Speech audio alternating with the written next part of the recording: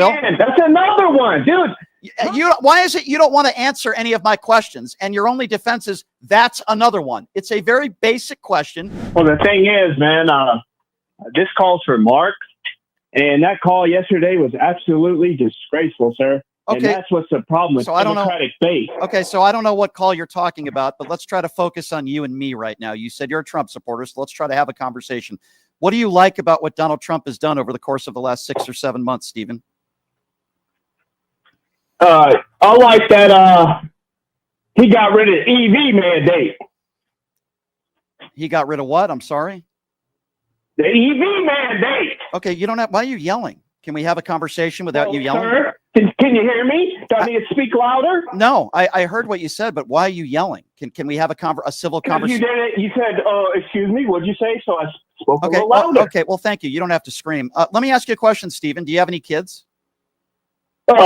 No. You don't. So let's just say if you had a daughter, Stephen, would you want to vote for somebody who admittedly went into teenage girls' locker rooms to look at teenagers in a sexual manner? Do you think that's appropriate? And do you think that's someone who should be the president of the United States or a 34 count felon? In a sexual manner?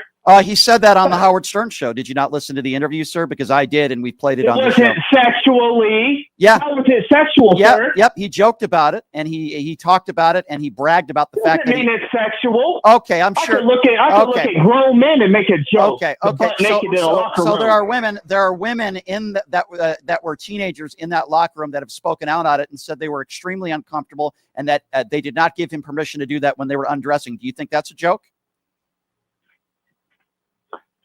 You know what, sir? You say the same thing over and over. No. Answer the question. Answer the question. Don't dodge it. You've already asked it. You don't want to answer the question. I see. It's interesting. Okay, let's go with some other stuff then, Stephen. Are you comfortable with 15 million people losing their Medicaid coverage in the big and beautiful bill? That's another one, dude. Why is it you don't want to answer any of my questions? And your only defense is that's another one. It's a very basic question. He just passed the big and beautiful bill. Answer the question. Otherwise, you are a coward. You don't know how to work. You work 2 hours a day. Okay, so now you're going to go to ad hominem attacks and personal insults because you can't answer my question. First of all, you're the guy who listens to this show, and you're the guy who used your little Trump fingers, even though you're not capable of answering a question. You're the person who called into this show. I don't work 2 hours a day. You have no idea how a radio show works and how much work goes into it. So, Stephen, we'll try this one more time. And I haven't called you any names yet, but you've called me names and you haven't answered any of my questions. I've asked you a couple, and your only defense is, oh, is that your go-to? So I've asked you 2 questions. You've dodged them. I'll ask you another one. Do you think those who beat police officers on January 6th are hostages and patriots? Again. Bye-bye. Have a nice day. You're a waste of my time. You won't answer any of my questions because you are a very, as Trump would say, low IQ person. If you're going to call in and say you're a Trump supporter, then answer my questions. If you're not going to answer my questions, then don't call into the show. All you did in that entire conversation was ad hominem attacks. You started screaming at me for no reason, and you couldn't defend any of Donald Trump's behaviors and actions as president. And your only go-to was, again, you always go to that. Why don't you answer the question? I'll respond by saying, again, you Trump supporters, when I pin you in a corner and I ask you to defend the indefensible and you can't do it, so then you start attacking me. Thank you, Stephen, for proving my point that many of you are very ill-informed and uneducated. You're absolutely I'm sorry, you're not my type. If I was trash, you would want to take me out, but I'm sorry, I don't have a fetish for people that have a 10 IQ that support Donald Trump that can't have a conversation. If that was my fetish, sir, I would let you take me out. I know that's probably what you want to do. Yeah. I know that's probably what you want to do, sir. Listen, sir, I'm sorry a woman won't go anywhere near you. I was just calling about the jobs report coming out. Is that data coming from the job postings? How are we getting that information, sir? Bureau of Labor Statistics. Okay, but how are they getting that information? How is the Bureau of Labor Statistics getting that information? There are a lot of different ways that they get that information. So are you claiming that they're wrong? Is that why you called in? No, I'm asking. I don't work. Are they going off of job postings or what? They go. Okay, so new job numbers are weighed in against population growth. The population growth far exceeded the 22,000 during that time period. They go by population growth. I mean, I think that's kind of common knowledge. I don't need to go into the weeds with you, but I'm wondering why you asked that question, though. I mean, I'm glad I was able to answer it for you. So what's the age range on the population growth? What's the age range on the population? Why don't you call the Bureau of Labor Statistics and ask them? By the way, so you don't know. Are you allowed? So you don't know. Because you don't know. Is that what you're saying? Okay, calm down. Okay, so first of all, how old do you need to be legally to work in this country? Was it 16? Hey, you just answered your own question. You think they're taking statistics from 12-year-olds, you dope? You think they're talking to 8-year-olds, you idiot? 16 to The what? fact that you don't know how old you would ask me that question shows how stupid you are and unhinged you are. If you want to continue this conversation, you could stop yelling. Why don't you are you still talking? You're trying to talk over me? You see, sir, we have something called a lever that can pod you down when you don't stop talking, because clearly you haven't taken it's not okay. You haven't taken your medication this morning. Now, I've answered your question. I've answered your question on the Bureau of Labor Statistics and how they got those numbers. I will also add they're the worst job growth numbers we've had since 2009. So let me ask you now, since I've answered 2 of your questions, I think I've been very patient with you. Do you put any responsibility on, don't, sir, I'm asking you a question now. Do you put any responsibility on Donald Trump for these numbers? Any at all? Absolutely not. Okay, well, then you're an idiot. What's the point of even having this conversation? You're a complete imbecile. You're a complete imbecile. You could keep talking all you want. So what do you, okay, so let's ask you another question, Mr. MAGA imbecile. You unhinged imbecile. Pot him down all the way. I hear him still screaming. Sir, take your medication this morning. Is he still screaming? He's not screaming. Okay, good. Now, so, sir, let me ask you another question. If you don't put the responsibility on Donald Trump and the tariffs for why the job growth is the worst it's been since 2009, then where do you put the responsibility on?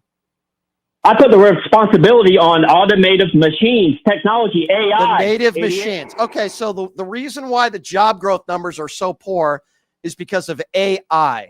Sir, do you realize how stupid you are? I mean, you're so dumb. Like, I can't even have a conversation with you. You sound so stupid. Like, what do you do for a living? Did you get your GED?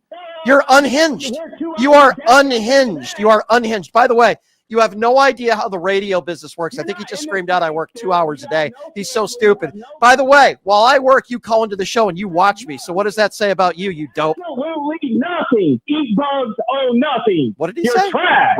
Trash. Thank you. So maybe you could take me out. I'm sorry, you're not my type. I'm sorry, you're not my type. If I was trash, you would want to take me out. But I'm sorry, I don't have a fetish for people that have a 10 IQ that support Donald Trump that can't have a conversation. If that was my fetish, sir, I would let you take me out. I know that's probably what you want to do. Yeah. I know that's probably what you want to do, sir. Listen, sir, I'm sorry a woman won't go anywhere near you. I'm sorry you have so much white anger.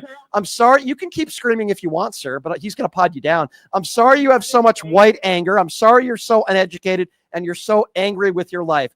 Let me be very clear on this. You are the trash of this conversation. You are the trash of America. You're the idiot that shows up at a Trump rally with a Confederate flag, don't you? You have a Confederate flag, don't you, sir? What did he just say? Dimwit? Dit'll work. Producer Numchuck, do you have any idea what he's saying? Dit'll work. Fix those gaps. I don't even know what you're saying. I really don't know what this guy's saying. He's so deranged. Thank you for the call, MAGA Trash. We appreciate you. Can I call you MAGA Trash? Have a nice day, MAGA Trash. Have a nice day, MAGA Trash. And no, I won't be taking you out, even though I'm sure you'd love to take me out. Have a nice day. 702-221-7283 is the number to call. I think I'm going to post that call on YouTube and say MAGA Trash caller. I think that's what we're going to do. 702-221-7283 is the number to call. Wow, that guy's unhinged, man. It's so funny how I answer his question. He's like, how do they get those numbers from the Bureau of Labor Statistics? And I give him the answer. And then he's like, well, how old are they? And I say, how old do you need to be to work? He says 16. He answers his own question. He's so stupid. You're going to tell me you don't want somebody, if not yourself, to get up and try to control this dude? So here's what I would want. I will now answer your question. The first thing I would want people to do is call law enforcement. Now, if somebody, let me answer, Herb. You must not have been following the case that well, because first of all, okay, listen to me closely now. First of all, You never mentioned he was on drugs, actively on drugs. He Doesn't was matter. off of drugs at the time. Doesn't matter. Okay. Irrelevant. Hold on. One at a time. Hold on. One at a time. I'll let you bring up something else. I'll be happy to, Herb, but let's do one at a time. Can you explain to me, if he was on drugs, which you claim he was, which I did hear he was on drugs, how that would defend Daniel Perry's actions? I heard the same thing about George Floyd. Oh, well, he was on drugs. Doesn't defend Derek Chauvin putting his knee on his neck for 8 minutes, and it certainly doesn't defend Daniel Perry putting his arm over his throat for that period of time, even after he was unconscious. So could you please explain to me the fact that this guy was on drugs, how that can work as a defense in a courtroom? Please explain that to me. Because of his behavior, Brian. His behavior, he was threatening to kill people, and he also said he didn't care if he died. Okay, so let me ask you.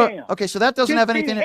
Okay, let's respond to that. No, we're going to go one at a time. We're going to go one at a time, and then I'll let you finish. You said his behavior, which, by the way, has nothing. It doesn't matter whether he was on drugs or not. His behavior. So let me ask you a question. Let's talk about his behavior for a moment. So if you're screaming and yelling, and let's just say you say, I'm going to kill somebody, does that give somebody the right, a Samaritan, a citizen, to chokehold somebody and kill somebody? If you say, I'm going to kill somebody and I don't care if I die, does that justify anybody putting somebody in a chokehold and killing them? But does the law say if I threaten somebody and yell at somebody that you can kill me? Please answer that question for me, Herb. Brian. Don't Brian me. Answer. At a lady with a he child. Never physically touched. Okay, so let me ask you another question. Listen, Brian. You won't answer my question. Why don't you answer my question? You're not answering mine. You're not answering mine. Brian, I just answered your question. Okay, no, you answered it by saying. You answered it by saying. You answered it. Herb, hang on. Let's be patient here, okay, Herb? You said he lunged at somebody. He never made physical contact with anybody. So I'm asking you the same question, and I'm going to even rephrase it, and hopefully you'll answer it, and then I'll answer your question, and you could ask me anything you want, okay, Herb? If you're screaming and yelling, and let's just say you threaten somebody's life, and you claim that he lunged at somebody, even though I didn't see that on tape, but you don't make physical contact with anybody, you don't have any weapons on you, does that mean that a regular everyday citizen will have the right to kill somebody? Why won't you answer my question? Answer the question.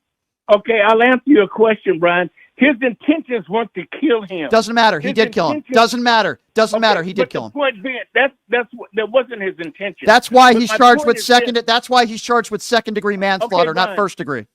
Brian, can we have a conversation? Yes. Answer my question. Okay. Is that allowed? Brian, you haven't answered my question. Answer my question. I'm going to ask it again. Brian. No, you didn't. So you think it's justified in society if somebody is screaming and yelling and even threatens to kill somebody without making any physical contact with anybody, we as Americans are justified to kill that person, whether it's our intent to kill them or not. It's justified to kill that person. Is that your take? No, you're saying justified to kill the person. I'm not saying to kill him. Okay, but he killed him. He killed him. He killed him. Okay, but yes, he did kill him. Yes, he did. What I'm saying. Okay, Brian, you gonna let me talk? Okay, so you're not answering my question. Go ahead. I did answer your question, Brian. So it's not justified. All I said was I'm not saying that he didn't want to kill him.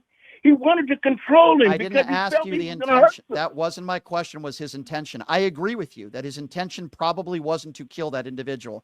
But make no mistake about it, it doesn't change the facts he's dead. So I'm going to try to ask you again. It's yes or no. You haven't given me a yes or no answer. You're going in circles, man. No, I'm not. I'm asking you the same question over and over again, and you won't give me a yes or no answer. So I'm going to ask it one more time. And then if you answer yes or no, I will give you the opportunity to ask me anything you like, and I will give you the floor. Okay, go ahead. Answer the question. Thank you. Again. I'm going to ask. This is the fourth. Okay. I'm a child because you won't answer a direct question. Okay, that's very fair. I'm a child. Okay, fine, Herb. So the child is going to ask you a question, and we'll see if the adult can answer a question that the child is going to ask you. Okay, Herb. Okay. Right. So here's the question again, and I'm going to ask it for the fourth time because the child would like an answer. Okay, the adult refuses to answer.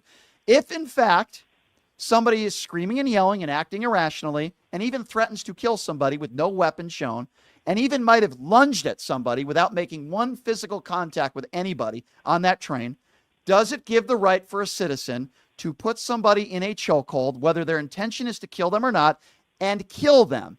Is that legal? Yes or no? Answer the question. Well, it's not a matter of it's legal. It's not right. I didn't ask you. Pot him down. Pot him down. This is like 5 times I asked this guy a question and he won't answer. I didn't ask you. The question wasn't, Herb, is it right? That wasn't the question. I'm now going to ask it for a 6th time. And he calls me the child and the guy can't answer a direct question. Herb, is it legal? Should it be legal for somebody to put somebody in a chokehold and kill them, whether that was their intention or not, if somebody doesn't make physical contact with anybody, is not brandishing a weapon, but acts irrationally, screaming and yelling, and threatens verbally to hurt or kill somebody? Is it legal to put them in a chokehold and, in this instance, kill them? I didn't ask you if it was right. This is now the 6th time. It's a yes or no answer.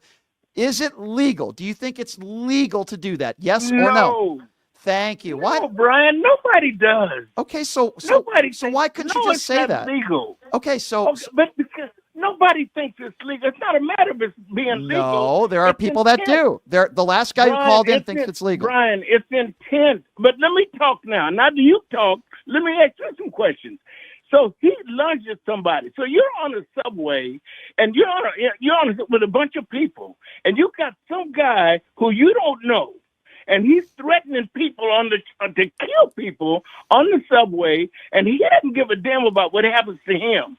And he lunges at a woman with a child, and you're going to tell me you don't want somebody, if not yourself, to get up and try to control this dude? So here's what I would want. I will now answer your question. The first thing I would want people to do is call law enforcement. Now, if somebody, let me answer, Herb. I'm not finished. I'm not finished answering your question. So if you allow me to finish answering your question, I can tell you what somebody in law enforcement would do in that situation if they're on that subway. And I'll tell you what they wouldn't do. And I need you to listen very carefully. Okay, child? I need you to listen very carefully. By the way, a child, you ask a child a question, they'll answer it, and they won't have to, an adult won't have to ask them 6 times. So if anybody's the child, it's you. But I'm going to answer your question in the best way possible.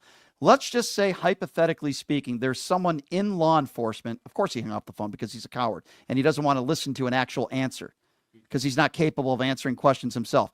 If somebody in law enforcement was on that train, here's what they would do. They would try to subdue that individual in law enforcement. They would try to put that individual in handcuffs. What they wouldn't do was put him in a chokehold for 8 minutes while they're unconscious, continue to put them in a chokehold. You know why they wouldn't do that? Because that would harm them physically and they could die. So what is somebody supposed to do? If you're a vigilante, if somebody makes physical contact with somebody, then you have the right to physically get involved. But just because somebody lunges at somebody, by the way, the lunge did not continue. He lunged, but he didn't make physical contact with anybody. That doesn't give you the right to kill somebody, Herb. A law enforcement and a professional individual on that train would not have done what Daniel Penny did. So you can call me a child, and you could call me stupid ass. I think we know who the stupid ass is in this conversation, the person who I had to ask the same question 6 times. Now, here's what's crazy about this whole conversation. I finally got Herb to admit that Daniel Penny's actions were not legal. He admitted it. It took him 6 times. I said, is it legal? Yes or no? He said no. And he's so stupid, he doesn't understand. That's my whole point. So since Herb finally admitted his actions were not legal, he said no, which I agree with.